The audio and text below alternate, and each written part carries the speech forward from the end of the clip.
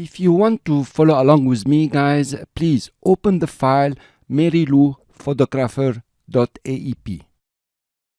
For that, you can come to the menu here, File, and you say Open Project, and you navigate to where you have downloaded your projects from the second lecture, I guess.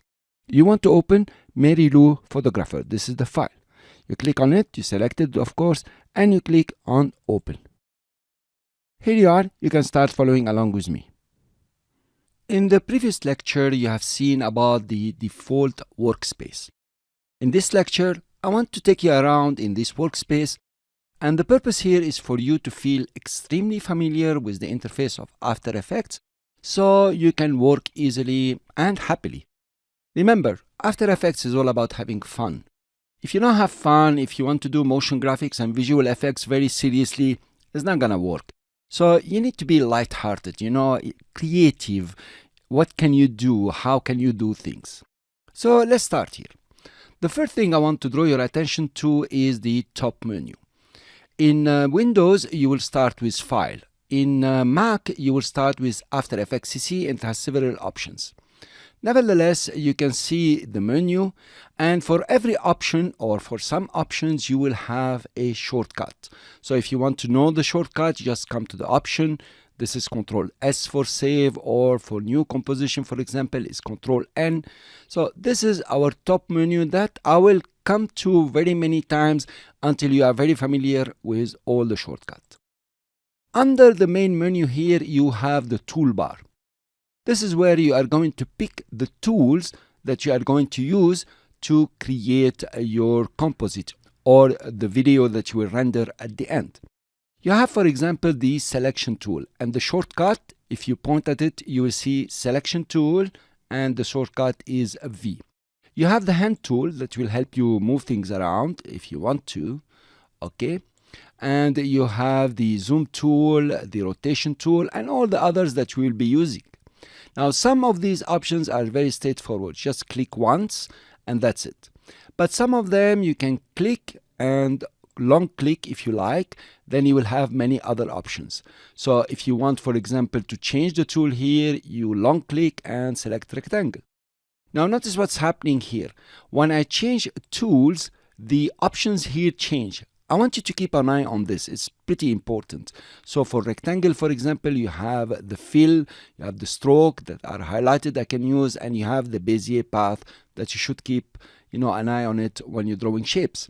For the text, if I long click, I have horizontal and vertical, and notice how the character panel has opened. On the left side, if you haven't moved it, there is the project panel where you will have all the files that you have imported in After Effects listed here, and all the compositions that you have created. In the middle over here, you have your composition viewer.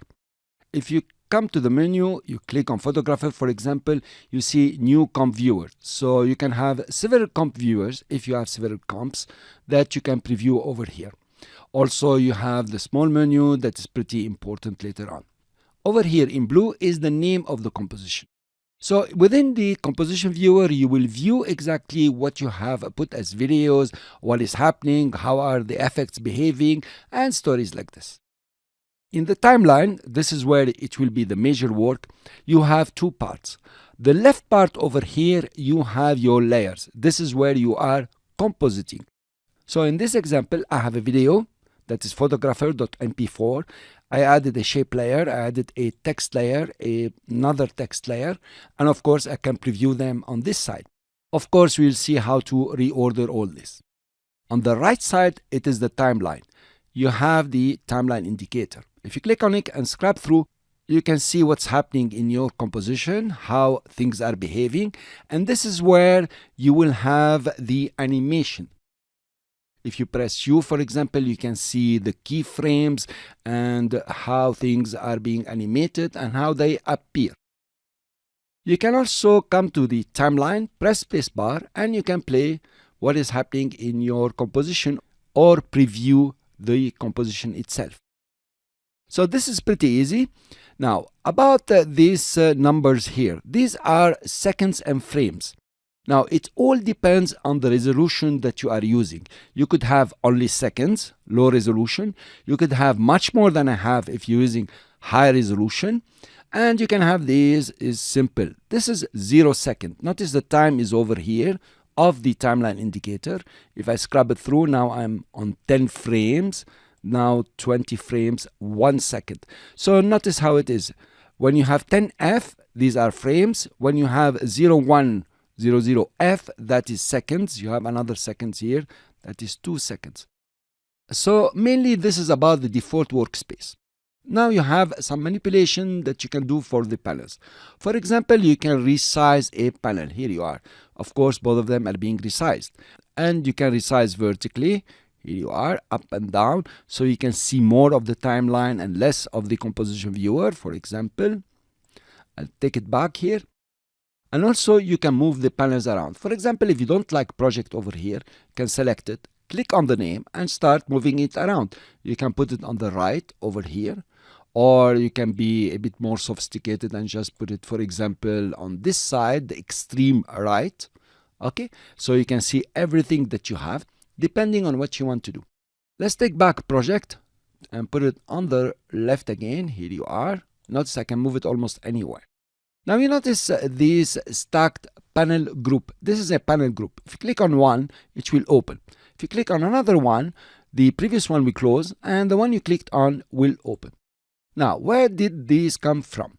Well, if you come to window here, these are all the panels you can have in After Effects. And there are very few, by the way, compared to Photoshop or Illustrators. And if you want a panel to appear, all you have to do is to check it. For example, I will check brushes. Here you are. Brushes is over here. Of course, you can make it bigger or smaller, size it the way you want. You can also click on it and position it anywhere you want within the stacked group panel. Cool. Now, if you close one of them, let's say we close brush, we close character, here you are, we close them. And we want them back. All you have to do is to come to window and say, okay, check character, it will appear over here. And check brushes, for example, it's over here. It comes over here. Cool. Of course, you can move these to anywhere you want. For example, you can take brushes and just put it over here and make it bigger, something like this. So I invite you to open this project and try to play around, mess it up the way you would like and so on. Then when you're done, you can just come over to reset to save layout and here you are, you're back to the standard one. To have a stacked group panel like this, all you have to do is to come to any panel, you go to the menu and you have panel group setting and make sure that you have stacked panel group checked, solo panels in stack checked and small tabs checked. Come and play with it and you will find what is best for you and how you would like to work. Thank you very much for listening. In the next lecture, we jump in to understand what are compositions. See you then.